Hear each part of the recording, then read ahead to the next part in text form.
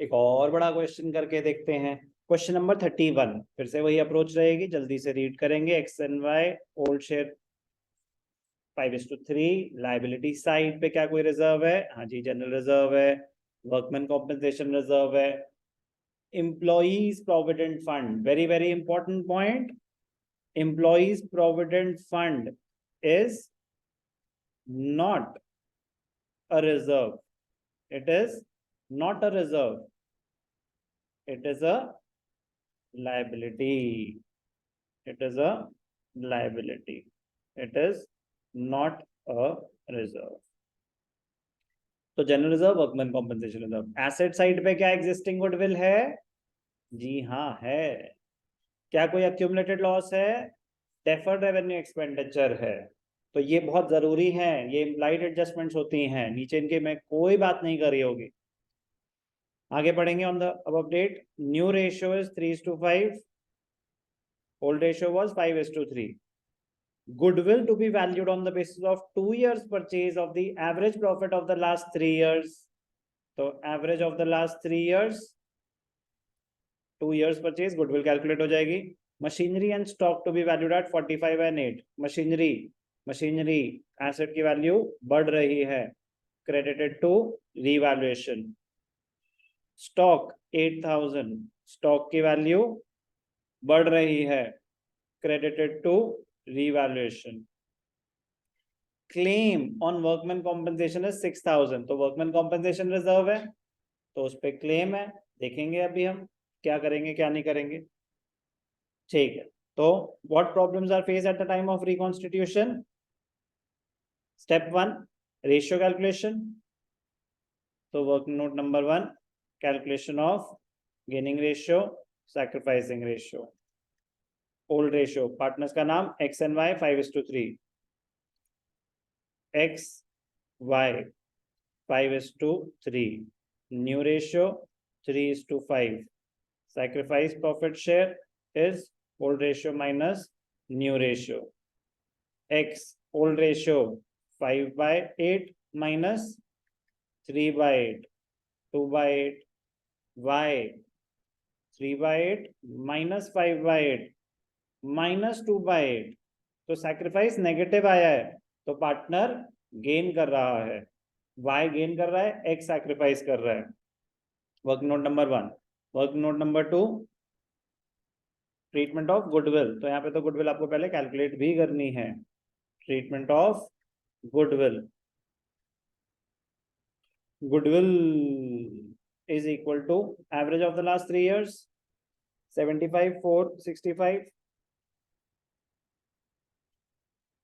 75 465 divided by 3, 2 years purchase, तो 7 4 11 6 17, 18 divided by 3 is 6, 6 into 2 is 12। Goodwill of the firm is 12। कोई doubt? ठीक है जी।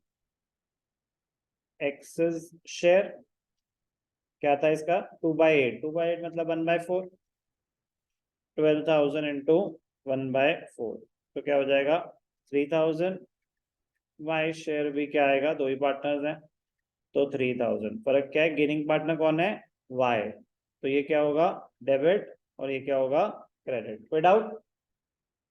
तो चलो अब हम क्वेश्चन शुरू कर सकते हैं, क्योंकि जो ट्रीटमेंट ऑफ रिजर्व है वो डायरेक्टली अकाउंट्स में दिखानी है, जो रिवैल्यूएशन है वो डायरेक्टली अकाउंट्स में दिखाना है।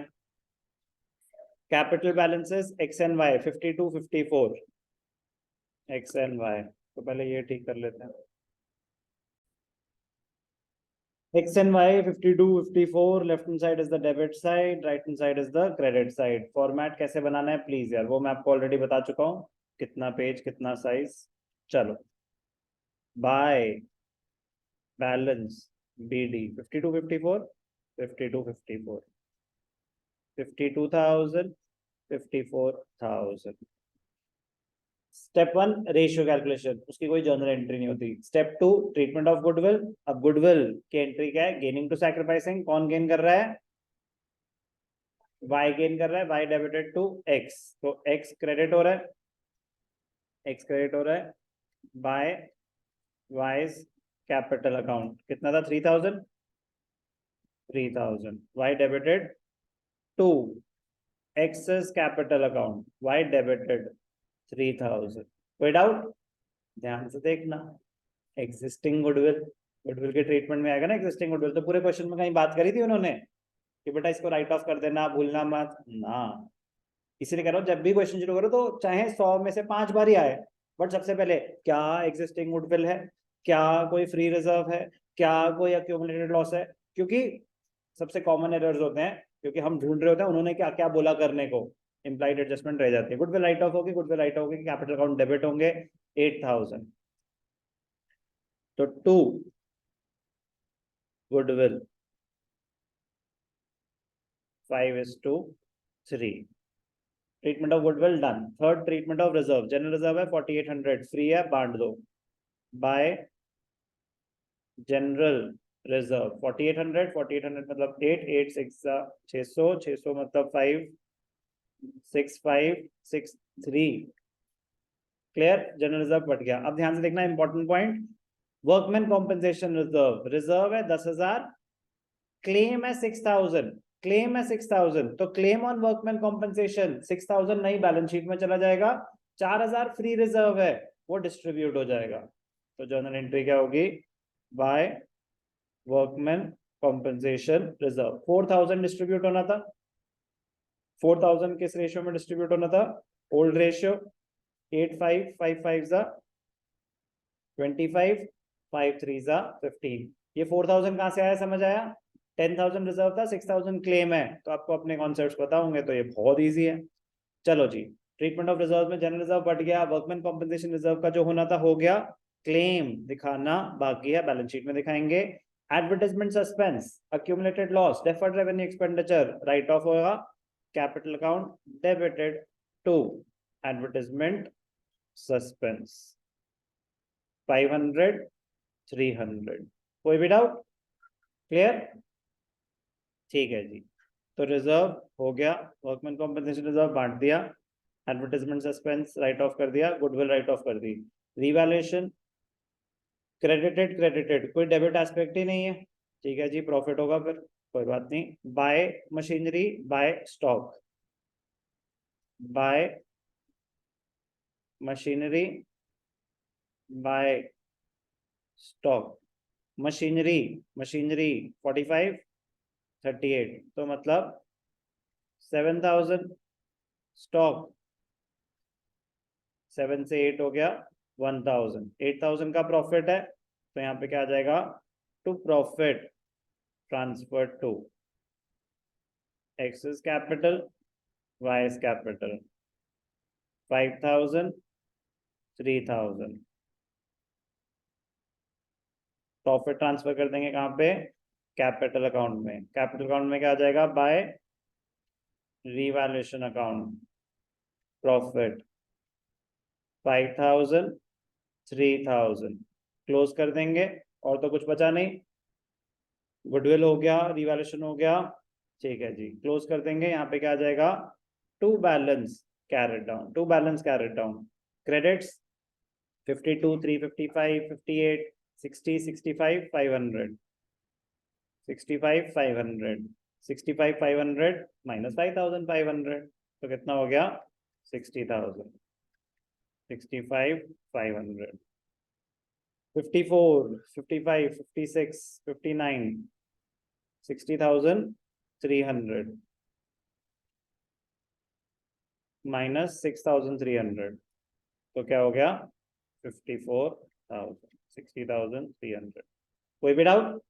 बैलेंस शीट जैसे उन्होंने दिया वैसे ही हम उनको वापस करेंगे, एक्स और वाई पहले कैपिटल बैलेंसेस आ जाएंगे, X is capital, Y is capital, X की कितनी 60, वाई की कितनी 54। जनरल रिजर्व बढ़ चुका है, वर्कमैन कॉम्पेंसेशन रिजर्व बढ़ चुका है, बट अब उसकी जगह क्या आ जाएगा, क्लेम ऑन वर्कमैन कॉम्पेंसेशन, कितना क्लेम 6,000। अभी समझ आया बैलेंस शीट में कैसे दिखाना है, ठीक है। ईपीएफ नॉर्मल लाइबिलिटी कुछ नहीं हुआ, as it is carry forward हो जाएगी, लाइबिलिटीज और एसेट्स इनके बारे में कुछ मेंशन नहीं है, तो वो एज इट इज नई बैलेंस शीट में कैरी फॉरवर्ड हो जाते हैं। 1,000 सन्ड्री क्रेडिटर्स नो चेंज, 5,000 कोई नई लाइबिलिटी तो क्रिएट नहीं हुई, कभी कभी होता है ना अनरिकॉर्डेड लाइबिलिटी और रिवैल्यूएशन में आ जाए, ऐसा कुछ नहीं है। एसेट्स, गुडविल राइट ऑफ हो चुका है, मशीनरी की वैल्यू 45,